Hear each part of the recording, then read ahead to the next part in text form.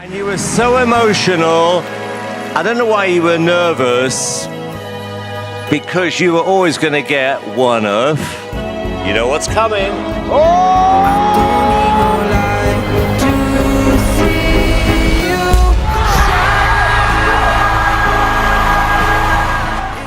It says here you work as a wedding singer. I was. How many ended in divorce? If I were you, I'd phone up the War Department, volunteer your services, because you've just invented a new form of torture. Simon Cowell is a true TV legend and the main creator of the talent show as we know it. He is the driving force behind global pop stars like One Direction and a man whose sharp business mind built an enormous, almost untouchable empire. From the outside, his life looks like a monument to total success. A net worth that sits around $600 million. A yearly income that changes between $50 and $100 million, an amount most people could never dream of earning in a lifetime. But what if that whole picture is carefully made up? What if the castle of success, shining on the outside, has no roof to shield the man inside from the storms of his own life? This is the story of a man who seemed to have bought the whole world, only to find the heartbreaking truth that his own happiness could never be bought at any price. Hi. How you guys doing? How are you? Doing better? So your name is Joseph...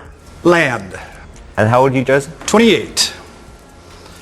And I just have to tell you guys that I am so thrilled. Sorry, just give me. To be here. Just to go back on, how old are you? I'm 28. What date were you born? I was born 7/14/76. Before Simon Cowell became a name everyone around the world knew, he was just a restless, rebellious kid. School bored him deeply, and by the time he was 16, he was already striking out on his own. His father, Eric Cowell, who worked successfully in the music business, gave him his first real opportunity, a job in the mailroom at his company.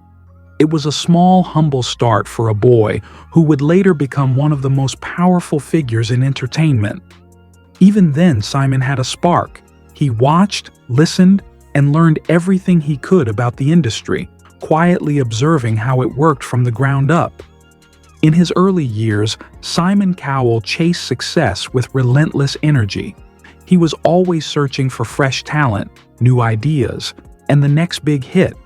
No opportunity seemed too small, no idea too unusual. But even with all his drive, the level of success he dreamed about often felt just out of reach. He made mistakes, faced rejection, and experienced setbacks that might have discouraged almost anyone else. Yet each challenge taught him something valuable.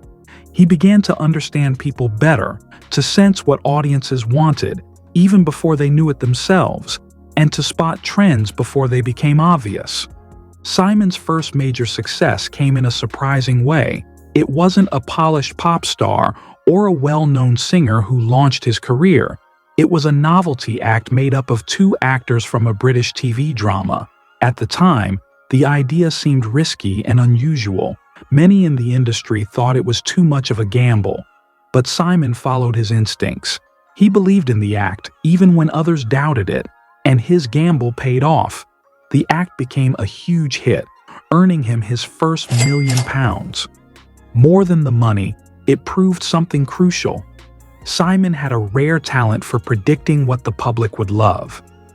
This early success marked the start of a career that would eventually change the music and entertainment world. From that point on, Simon Cowell began to build the reputation that would define him.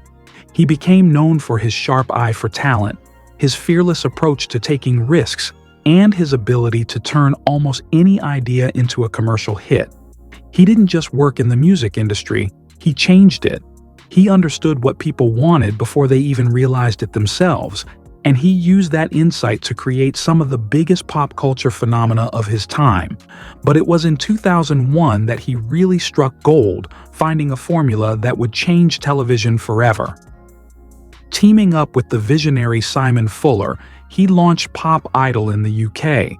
The show, a nationwide search for a singing superstar, was groundbreaking. But it was Cowell's electrifying presence on the judging panel that set it apart. He wasn't just another judge. He was a character, a phenomenon. He was Mr. Nasty. He would listen to a hopeful singer pour their heart out, only to tell them with a deadpan stare that they sounded like a cat being strangled. The public was shocked and fascinated at the same time. They had never seen honesty this harsh on TV before. A year later, he brought the show to the United States, creating American Idol. It wasn't just a show. It became a cultural powerhouse, changing entertainment forever. At its peak, it was the most watched program in America, and Cowell was its dark, magnetic center. His salary showed his power, reportedly reaching $36 million per season. He was the villain everyone secretly, or not so secretly, loved to hate. His insults became legendary. His rare praise was treated like treasure, and his final decisions were law. He didn't stop there. He repeated this huge success with The X Factor and the Got Talent series, building a worldwide entertainment empire through Psycho Entertainment. He wasn't just discovering stars anymore. He was making them with exact precision. He helped form groups like Fifth Harmony and, most famously, masterminded One Direction, controlling every part of their careers, from music to image. A notorious workaholic, he was driven by an endless hunger for ratings and fame, working late into the night. He was building an untouchable empire of money and influence. His life was full of private jets, high-stakes deals, and multi-million-dollar contracts. By every outside measure, he had everything a man could want.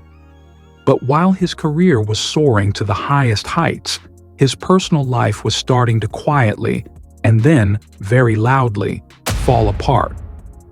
The first devastating blow came in 1999. Professionally, Cowell was at the top of the world, celebrating a major career milestone that cemented his place in the industry. He called home, buzzing with the excitement of a hard-earned victory, eager to share the news with the one person who had always been his biggest supporter, his father, Eric. But he could tell from his mother's voice that something was terribly wrong. Later, he learned the crushing truth. His father had suffered a sudden, fatal heart attack. The flight home was, in his words, the longest, most surreal trip of his life. To handle the overwhelming grief, he did the only thing he knew.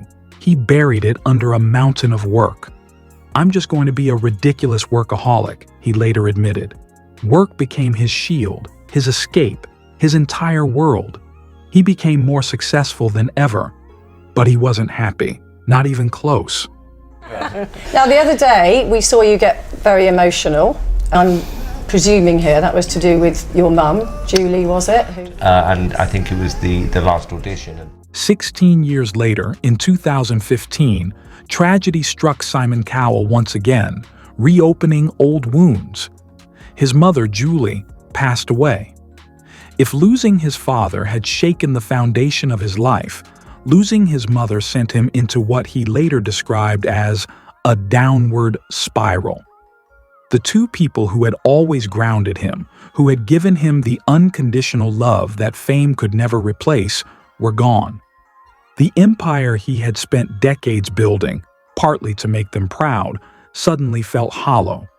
Despite all his success, he felt completely lost, adrift in a sea of accomplishments that no longer brought joy or meaning. As if grief alone wasn't enough, another life-altering event struck 5 years later. In August 2020, at his Malibu home, Simon was testing a powerful new electric bike in his courtyard when he fell. The crash was devastating. He immediately knew he had broken his back. The injury was severe, a complex fracture that required a grueling 6-hour surgery to fuse his spine and insert a metal rod. Doctors later told him that he had narrowly avoided an even worse outcome. By mere millimeters, he escaped an injury that could have left him unable to walk for the rest of his life. Also, Simon Cowell, well, he's recovering after back surgery. So this is what happened on Saturday. The AGT judge, he broke his back after falling off his electric bike at his home in Malibu. Simon had to have a metal rod inserted into his back. On Sunday, he joked about the incident on social media, writing some good advice. If you buy an electric trail bike, read the manual before you ride it for the first time. The accident forced Simon to slow down, to face his own vulnerability in a way he never had before. For a man used to controlling every aspect of his life, an empire, it was a harsh and humbling experience. Physical pain was only part of the challenge. He had to confront the emotional toll of grief, fear, and uncertainty all at once. These moments, losing his parents and nearly losing his mobility, became turning points, reshaping how he viewed life, work, and what truly mattered to him. The physical pain was unbearable, like nothing he had ever felt before. But the mental strain was even worse. For the first time in his adult life, Simon Cowell, a man whose identity had always been built on control, had none. When he tried to describe the terror of feeling completely helpless, he said, "I've never been in this situation in my life where you literally can't move." The pain was off the charts. But it wasn't just the physical pain. It was a dangerous mix of grief and trauma, intensified by an unprecedented global crisis, the COVID-19 pandemic. As the world shut down, Simon shut down too. He later called the pandemic the real catalyst for a major mental health crisis in his life. He was terrified of catching the virus, isolating himself completely, and testing for COVID over 100 times. He became, in his own words, a prisoner in his mansion. The man who had built a career and an empire on being in the public eye was now hiding from it. Inside his luxurious home, he battled personal demons that no fame or fortune could touch. Simon admitted he had struggled with depression for years, but he had always ignored it, telling himself to push through. Now, the darkness was impossible to outrun. Even while appearing on television as the confident, sharp-tongued judge millions knew, he felt like he was dying inside. The Simon Cowell who came out of injury, grief, and the global pandemic was very different from the man who had gone into them. His fall wasn't from fame or success, but from a pedestal he had built for himself, an image he could no longer keep up. The Mr. Nasty persona, the tough, sharp-tongued judge the world had known for decades, began to crack. Slowly and carefully, Simon started learning something he had long ignored: how to be kind, and most importantly, how to be kind to himself. The biggest change in his life didn't come from a new business deal, a hit show, or a record-breaking contract. It came from a sonogram. In 2014, Simon became a father for the first time, welcoming a son he named Eric after his own late father. Simon has said that becoming a father saved his life. Losing both of his parents had left him feeling like he might never experience that deep, anchoring love again. But when Eric was born, that love returned, stronger than anything Simon had ever known. He described it as coming back 100 times more powerful, reshaping everything in his life. This new love didn't just change his heart, it changed his whole perspective. The endless chase for ratings, money, and career milestones began to feel smaller, even unimportant. Simon started looking at the world through his son's eyes. On shows like America's Got Talent, his critiques softened. He became genuinely moved by stories of people overcoming obstacles, sometimes fighting back tears while watching performances. Audiences saw a side of Simon that had once been unimaginable, no longer just a judge of talent, but a witness to courage, resilience, and the human spirit. Fatherhood didn't erase the sharp instincts or high standards that had made him famous. it refined them. Simon still knew how to spot talent in an instant, but now his judgments carried empathy. He learned to celebrate people's journeys, not just their success. The king of mean was still in the room, but he was accompanied by a new layer. A man who understood love, vulnerability, and the value of connection, and who finally allowed himself to feel them fully. This personal transformation took a huge leap forward when Simon made a brave choice. He decided to face his mental health directly. For the first time in his life, he went to therapy. At first, he admitted he felt really embarrassed. He worried about what people might think, a successful, high-profile man seeking help for his mind. But just minutes into his first session, he felt an incredible sense of relief, like a weight had lifted off his shoulders. He realized something important. He had spent decades carefully managing his business, his money, and his public image, but had never taken the time to care for his own mind. One of the biggest changes came from a simple question his therapist asked. "Do you consider your best work to be the highest-rated thing you've ever done?" Simon thought about it and said no. The therapist followed up with a question that would completely change the way he viewed his career. "So, why are you judging yourself on that?" It hit him like a revelation. For the first time, he understood that his worth wasn't tied to numbers, ratings, or public approval. He permitted himself to let go of the pressures that had defined him for decades. In a move that would have shocked the old Simon Cowell, he sent an email to his entire team with a bold new rule. He no longer wanted to see the overnight ratings for his shows.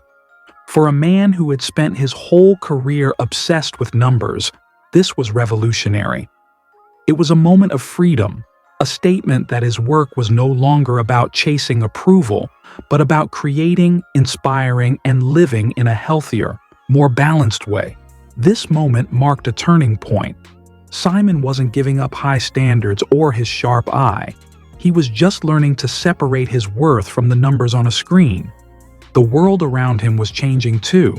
In 2021, The X Factor in the UK, his flagship show and the crown jewel of his television career, was officially cancelled, having not aired a new season since 2018.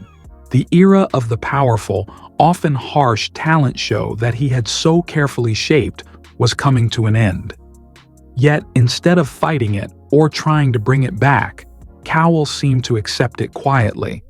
The man who once thrived on conflict and competition was now openly talking about his own vulnerability. The fall from his bike wasn't a failure, it was a wake-up call. It forced him to face the emptiness of success without happiness and set him on a whole new path. At the heart of everything is not about the money, it's about the quality. It just has to be good. Another confusing thing about Simon came from something he said a while back. He laid it out with his usual blunt honesty in an interview with the Mirror. He said he planned to leave his money to someone. A charity, probably. Kids and dogs. He also said he doesn't believe in passing wealth from one generation to the next, and that one line became the heart of his surprising philosophy. The public reaction was immediate and mixed.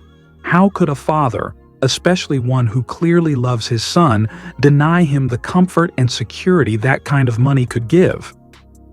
On social media, the debate exploded. Some thought it was incredibly smart, a way to protect his son from the affluenza that can hit children of the super rich, where too much privilege can kill motivation and purpose. But others saw it as cold, even heartbreaking. So why would a man who fought his way out of bankruptcy to build a $600 million empire, a man literally saved by his love for his son, choose to give that son a life lesson instead of a fortune? The answer isn't simple, but it comes down to a strong and personal belief shaped by his own life. The main reason is a deep fear of what people call affluenza. It's a word for the way wealth can harm someone when it's just handed to them instead of earned. Simon worries that a life without struggle, where you get everything without trying, could hurt his son. He's seen it happen, and he doesn't want Eric to become a trust fund cliche, drifting through life without the fire and drive that made him who he is. He truly believes the greatest gift he ever got was the chance to fail. Moving back in with his parents, facing bankruptcy, that wasn't a curse, it was a hidden blessing. It taught him resilience and what real success feels like. He learned that satisfaction doesn't come from having money, but from earning it. The struggle is what makes the win feel sweet. To just hand his son a fortune would take away that entire journey. His public statements make his philosophy clear. "I don't believe in passing on from one generation to another," he always says. This isn't about lacking love. It's a rejection of the old aristocratic idea of inheritance. He sees himself as a craftsman passing down tools and knowledge, not a king handing down a crown. His real legacy, in his eyes, is giving his son his time and teaching him what you know. To him, that's worth far more than money. Simon imagines a very different path for his son, Eric. He doesn't want him to grow up in a life of easy comfort or leisure. Instead, he wants Eric to start at the bottom, just as Simon did himself. He has talked about the possibility of his son beginning as an intern at his company, Psycho, learning every part of the business from the ground up. Simon wants Eric to earn respect, to understand hard work, and to feel the excitement of a success he truly fought for. Even back in 2014, when Eric was just a baby, Simon was already thinking ahead. He said, "In all seriousness, Eric's going to do what I do. In time, he's going to inherit my business. That's certainly the plan." The important thing is in the words. Eric won't just inherit money, he will inherit the business itself. That means the opportunity, the experience, and the knowledge Simon has spent a lifetime building. Simon wants his son to learn the lessons, take the risks, and experience the satisfaction of creating something meaningful, just as he did. What are your thoughts about Simon? Share with us in the comments. If you enjoyed this video, be sure to like and subscribe to our channel for more thrilling stories about your favorites.